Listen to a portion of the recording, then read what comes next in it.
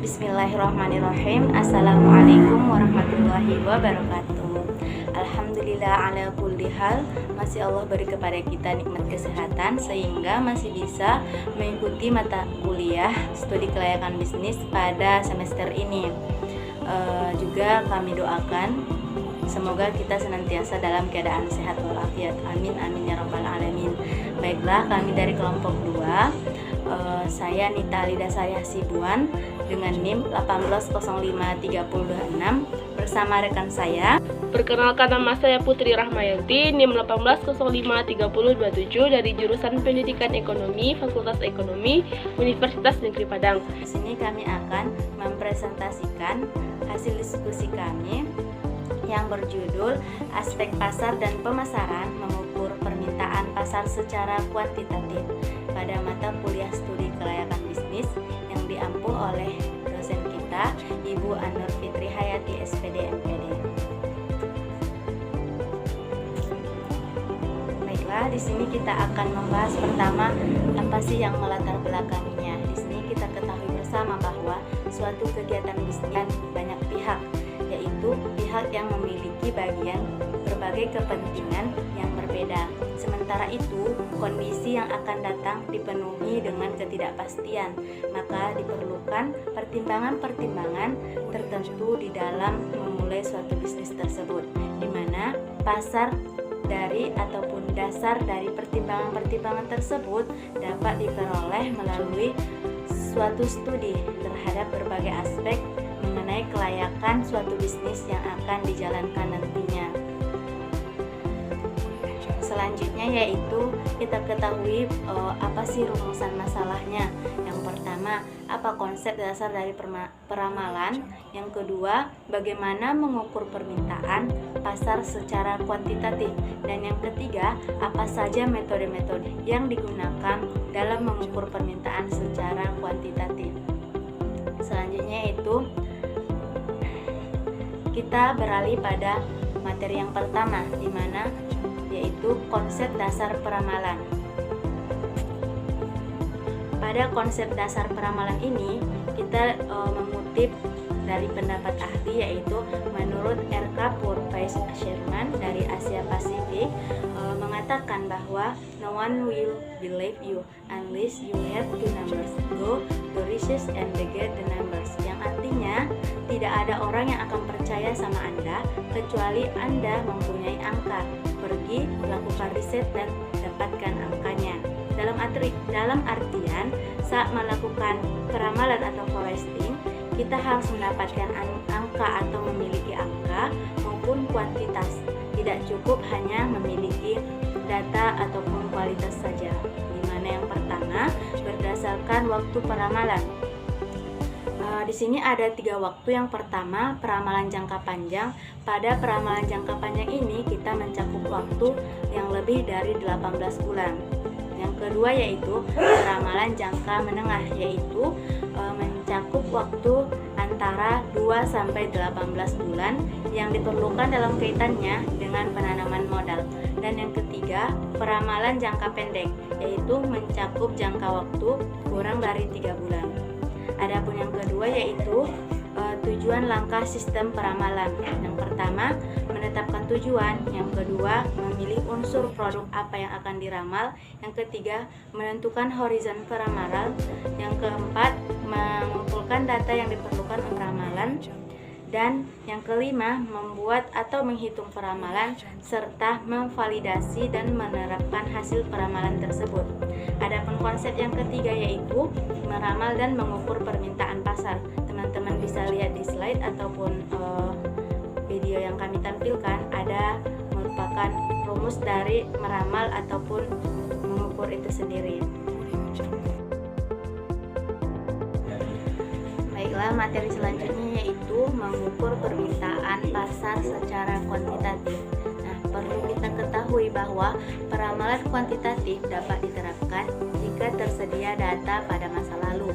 Informasi dapat dikuantitatifkan atau diwujudkan dalam bentuk angka, dan asumsi beberapa aspek pada masa lalu akan terus berlangsung.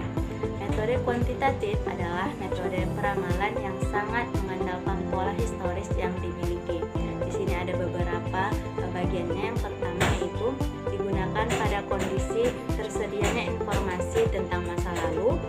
Informasi tersebut dapat dikuantitatifkan dalam bentuk data, dan informasi tersebut dapat diasumsikan bahwa pola masa lalu akan terus berlanjut sampai ke masa yang akan datang. Nah, poin yang kedua yaitu jenis-jenis peramalan dari kuantitatif itu sendiri. Ada beberapa jenis. Yang pertama, time series atau runtutan waktu, terbagi dari tren, musim, siklus, dan variasi acak. Selanjutnya itu metode kasual, di mana ada metode regresi, metode ekonometrik, dan metode variasi musim. Selanjutnya ada metode mengukur, di mana menjelaskan tentang permintaan secara kuantitatif.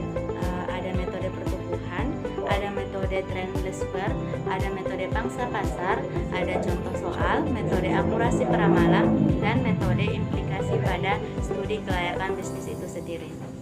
Nah, kita bahas yang pertama yaitu jenis peramalan kuantitatif. Adapun jenis yang pertama yaitu time series atau runtutan waktu. Di sini langkah penting dalam memiliki metode runtut waktu adalah dengan mempertimbangkan jenis pola data. Pola data dapat dibedakan menjadi 4 jenis. Yang pertama yaitu tren, yang kedua siklus, yang ketiga musim, dan yang keempat variasi acak.